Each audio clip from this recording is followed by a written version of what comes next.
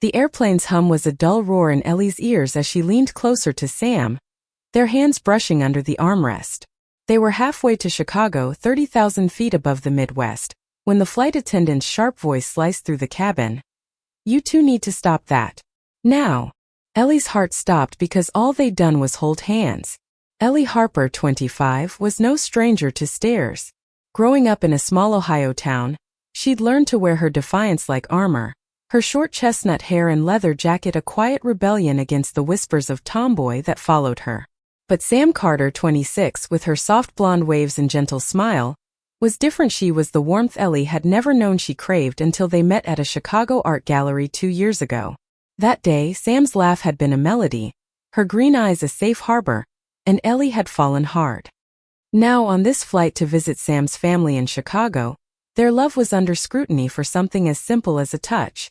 The flight attendant, a woman with a tight bun and a name tag reading Karen, stood over them, her lips pursed. "This is a family-friendly flight," she said, her voice loud enough to draw eyes from nearby passengers. Ellie felt her face burn, not with shame but with fury. "We're just holding hands," she said, her voice steady but sharp. Sam squeezed her fingers, a silent plea to stay calm, but Ellie's pulse raced. Around them the cabin grew tense, passengers shifting uncomfortably, some whispering, others glaring. Karen's eyes narrowed. "It's disruptive. You're making people uncomfortable. If you can't behave, you'll be removed." Sam's grip tightened, her voice soft but firm. "We're not doing anything wrong. We're just us." Her words were a lifeline, but they only seemed to fuel Karen's resolve. Within minutes, the captain's voice crackled over the intercom, announcing an unscheduled landing in St. Louis. The reason? Passenger misconduct. Ellie's stomach churned as the plane descended. Sam's face was pale, her eyes wide with disbelief. "They can't do this," she whispered, but Ellie knew better. She'd seen how the world could twist love into something to be feared.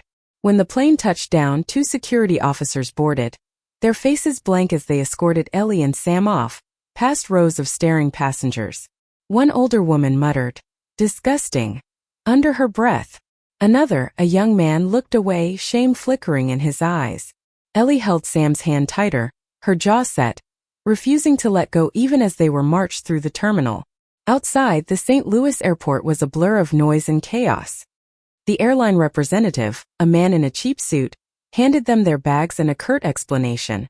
"You're banned from this airline for violating conduct policies." Ellie laughed bitterly. "For holding hands? You're kidding." The man didn't flinch. "It's policy. You were warned." Sam, usually the calm one, snapped, "This is discrimination. You can't just," but he was already walking away, leaving them stranded. Ellie pulled Sam into a hug, feeling her tremble. "We're okay," she whispered, though her own voice shook. "We'll figure this out." But Sam's eyes were distant, her mind already racing to the call they'd have to make. Sam's mother, Diane Carter, was waiting in Chicago, expecting her daughter and her girlfriend for a long overdue visit. Diane was a force of nature, a single mom, a corporate lawyer, and a woman who'd raised Sam to fight for what was right. Ellie knew Diane would be furious, but she couldn't predict just how far that fury would go. They found a quiet corner of the airport and called Diane. Sam's voice broke as she explained, her words tumbling out between tears. "Mom, they kicked us off the plane. They said we were acting inappropriate. All we did was hold hands." Ellie watched, her heart aching as Sam's shoulders shook. On the other end, Diane's voice was calm but laced with steel. "Stay where you are. I'm coming to you." Diane Carter wasn't just any mother. At 52, she was a partner at one of Chicago's top law firms, known for taking on cases that others deemed unwinnable. She'd raised Sam alone after her husband left when Sam was 5, and she'd fought tooth and nail to give her daughter a life of opportunity. When Sam came out at 18, Diane hadn't blinked, hugged her daughter and promised to stand by her, no matter what. Now, hearing her daughter's voice crack over the phone, Diane felt a familiar fire ignite. This wasn't just about a flight. This was about her daughter's right to exist, to love, to be. By the time Diane arrived in St. Louis, her tailored blazer and sharp heels cutting through the airport like a blade, Ellie and Sam were exhausted. Diane didn't waste time on pleasantries. She hugged them both, her arms fierce and protective, then said, Tell me everything. Every detail. As they recounted the incident, Karen's accusations, the captain's decision, the humiliating escort off the plane, Diane's eyes darkened. This ends now, she said, her voice low but resolute. They don't get to treat you like this and walk away. Diane's plan was audacious, but she didn't hesitate. She made calls from the airport, her voice commanding as she rallied her legal team. By nightfall, she'd filed an emergency injunction against the airline, alleging discrimination based on sexual orientation. The news spread like wildfire, hitting social media and local news outlets. Hashtags like "Love is not misconduct" and "Justice for Ellie and Sam" began trending, fueled by Sam's quick post on X from the airport. Kicked off a plane for holding my girlfriend's hand. This is America in 2025. The post had thousands of shares within hours, with supporters and detractors clashing in the comments. Ellie and Sam, meanwhile, were caught in the whirlwind. They checked into a nearby hotel, courtesy of Diane's credit card, and tried to process what had happened. Ellie paced the room, her anger simmering. "I can't believe they did this to us," she said, her voice tight. Sam sat on the bed, her knees pulled to her chest. "It's not just them," she said quietly. "It's everyone who looked at us like we were wrong. Like we don't belong." Ellie stopped pacing and sat beside her, pulling her close. "We belong," she said fiercely. "No one gets to tell us otherwise."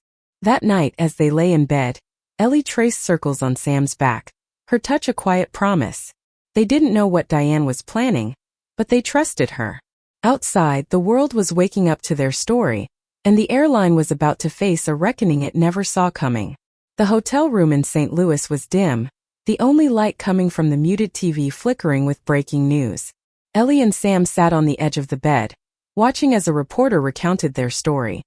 Two women were removed from a flight yesterday for what the airline claims was disruptive behavior. Social media tells a different story. Sam's post on X had exploded, now at over 50,000 shares, with comments ranging from heartfelt support to vile hate. Ellie reached for Sam's hand, her thumb brushing over her knuckles. "You okay?" she asked softly. Sam nodded, but her eyes were glassy. "I just didn't expect this." Diane, meanwhile, was a whirlwind of action. From her temporary command center in a hotel conference room, she coordinated with her legal team, drafting a class action lawsuit against the airline. Her argument was airtight.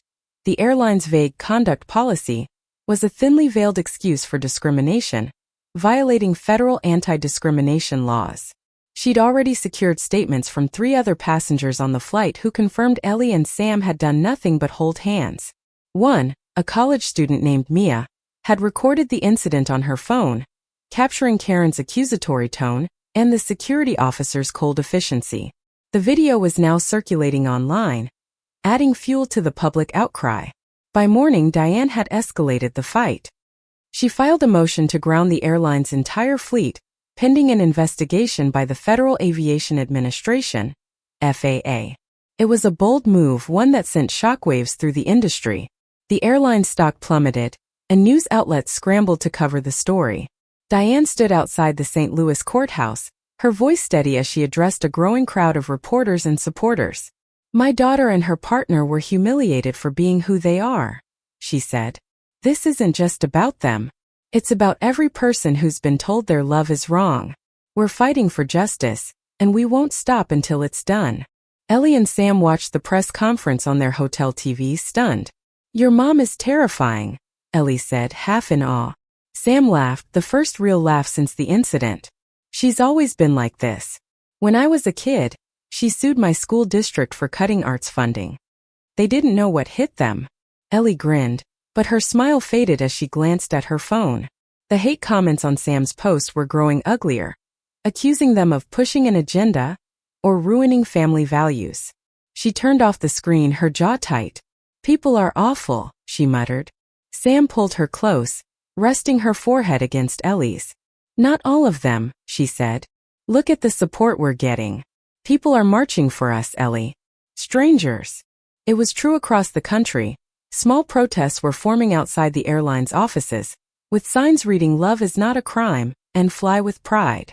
A local LGBTQ+ organization in St. Louis had even offered to cover their hotel costs, though Diane had waved them off. Ellie felt a spark of hope, but it was tempered by the weight of what they were up against. That afternoon, Diane took them to meet her legal team. The conference room was a flurry of laptops, coffee cups, and urgent phone calls. A young lawyer named Javier, with sharp eyes and a quick smile, showed them the latest development. The FAA had agreed to review the airline's practices, a rare move that could lead to severe penalties. "Your mom's a legend," Javier whispered to Sam, who blushed. Diane, overhearing, gave a rare smile.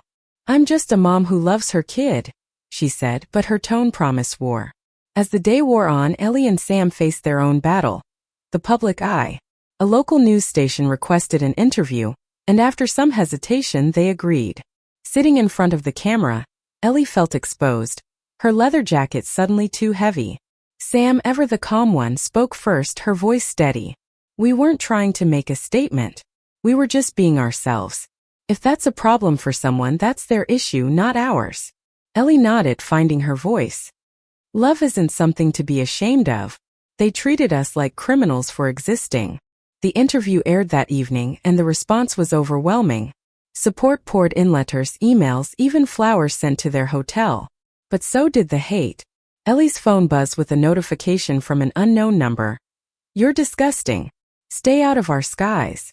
She deleted it, her hands shaking, but Sam saw.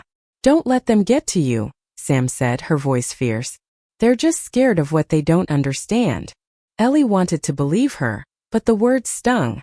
That night, Diane joined them for dinner in the hotel restaurant. Over plates of pasta, she laid out her next steps. A federal lawsuit, a demand for a public apology, and a push for policy changes across the airline industry. "This isn't just about you two," she said, her eyes softening as she looked at Sam. "It's about making sure no one else goes through this." Ellie felt a lump in her throat. Diane wasn't just fighting for them, she was fighting for every couple who'd ever been shamed, silenced, or pushed aside. As they finished dinner, a young woman approached their table, her hands nervous. "I just wanted to say thank you," she said, her voice barely above a whisper. "I'm gay, and I've never had the courage to come out. Seeing you two fight, it gives me hope." Sam's eyes filled with tears, and Ellie reached for her hand under the table. For the first time since the plane, Ellie felt like they were part of something bigger than themselves. The St. Louis courthouse loomed like a fortress, its stone facade cold under the morning sun. Ellie and Sam stood outside, hand in hand, as Diane led them through a crowd of supporters and protesters. Signs bobbed in the air, some with rainbows and messages of love, others with hateful slurs that made Ellie's stomach twist. Sam's grip was steady, but her eyes darted nervously. "We've got this," Ellie whispered, squeezing her hand, though her own heart pounded. Inside, the courtroom was packed. Diane stood at the front, her presence commanding as she presented their case. She laid out the facts with surgical precision.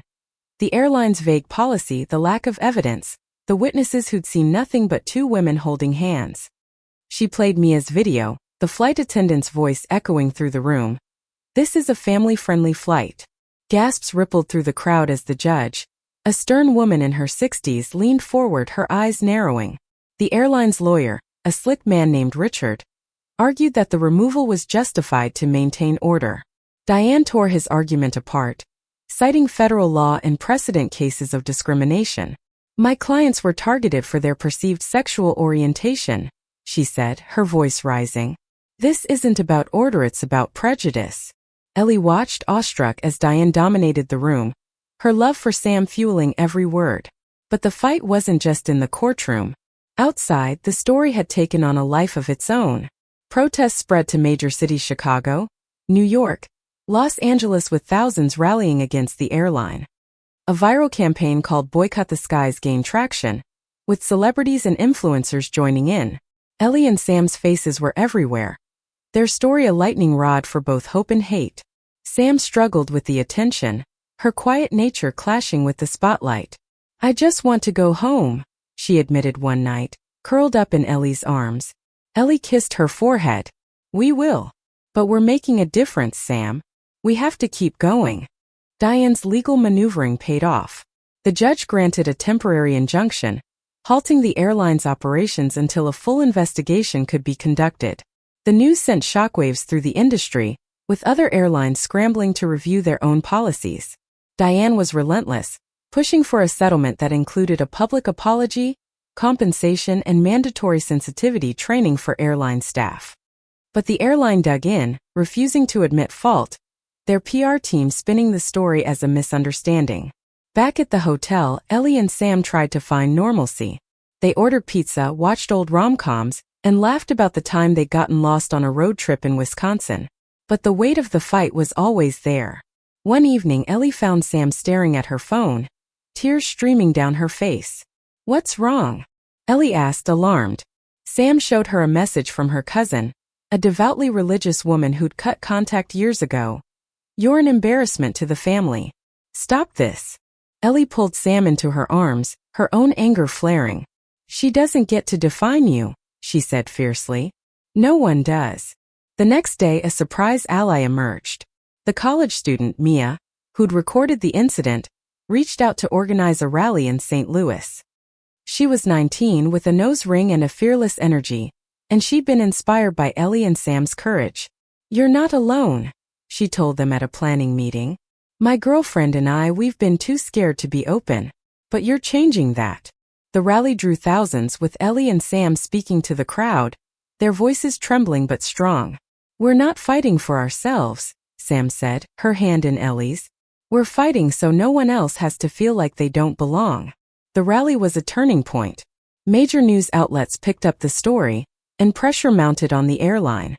Diane seized the moment, leaking internal airline emails to the press that revealed a pattern of discriminatory incidents.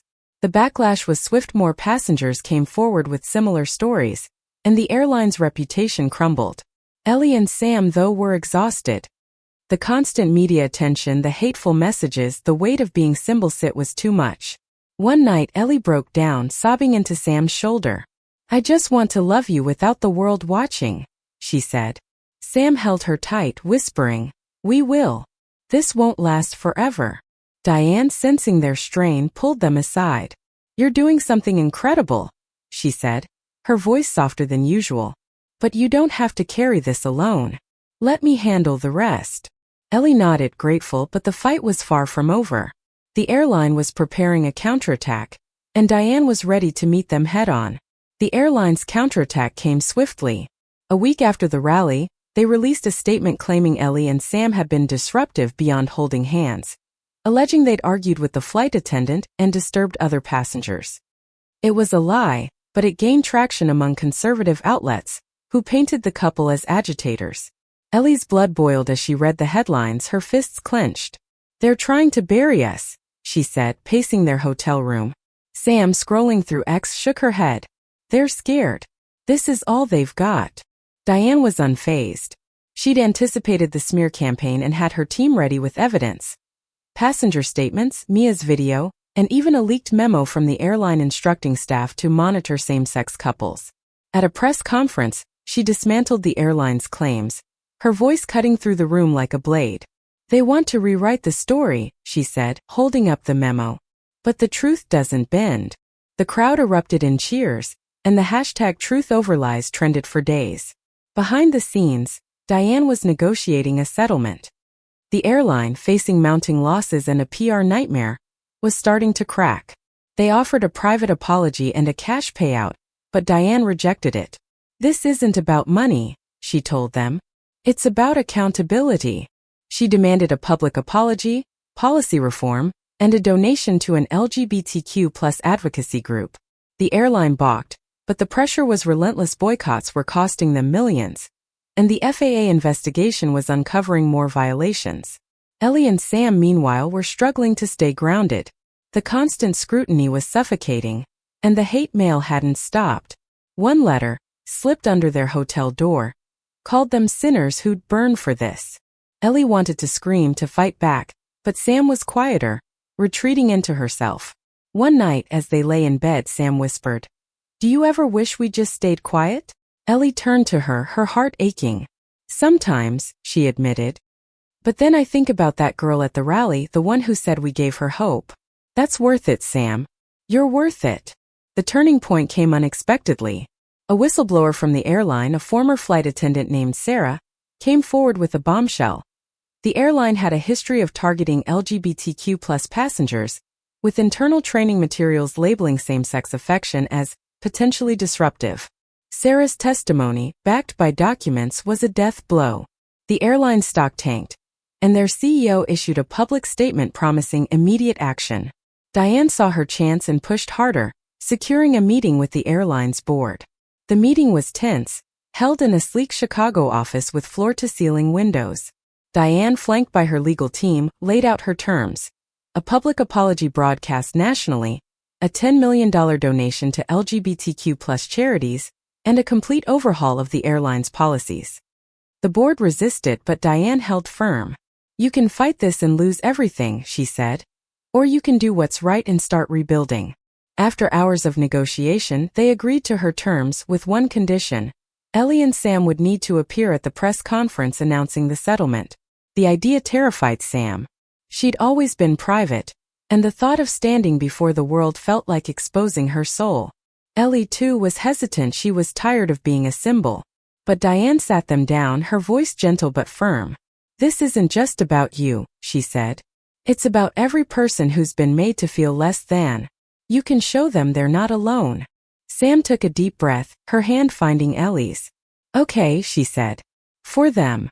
The press conference was set for the next day, and the anticipation was electric. Ellie and Sam spent the night preparing, writing their statement together. They wanted it to be honest, raw, and hopeful. As they worked, Ellie looked at Sam, her heart swelling.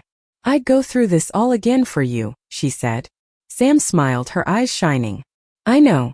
That's why I love you." They kissed, soft and sure, a quiet defiance against the world that had tried to break them. The Chicago press conference was a sea of cameras, flashing lights, and murmured anticipation. Ellie and Sam stood backstage, their hands clasped, hearts racing. Diane was at the podium, her voice steady as she introduced the settlement: a public apology from the airline's CEO, a $10 million donation to LGBTQ+ organizations, and a commitment to policy reform. The crowd, journalists, activists, supporters, watched in silence as the CEO, a graying man in a tailored suit, stepped forward. His apology was brief but sincere, admitting the airline's failure and pledging change. Ellie felt a weight lift, but her eyes were on Sam, who stood tall despite her nerves. When it was their turn to speak, Sam went first. Her voice trembled at first, but it grew stronger with every word. "We didn't ask for this fight," she said, her green eyes scanning the room. "All we did was love each other. But if our story helps one person feel less alone, then every moment of this was worth it."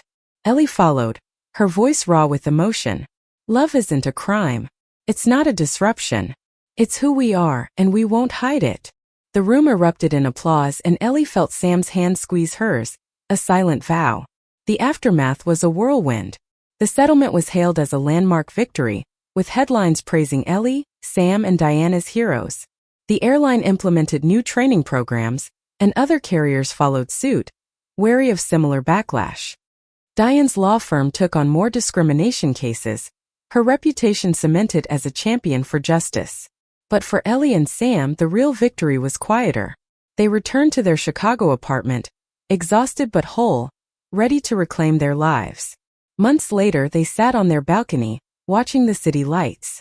Sam rested her head on Ellie's shoulder, her blonde hair catching the moonlight. "We changed something, didn't we?" she said softly. Ellie nodded, her heart full. "Yeah, and we're still us."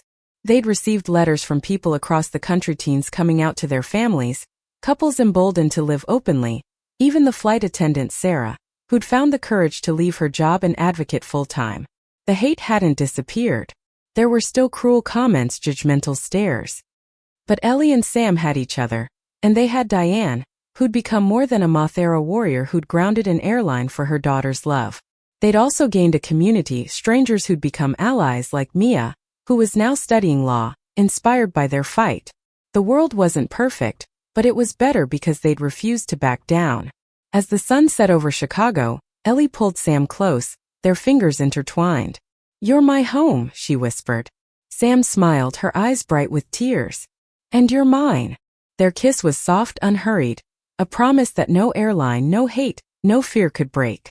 They'd face the world and won not just for themselves, but for every heart that dared to love against the odds. Thank you for listening. Like and subscribe to get notifications about next videos.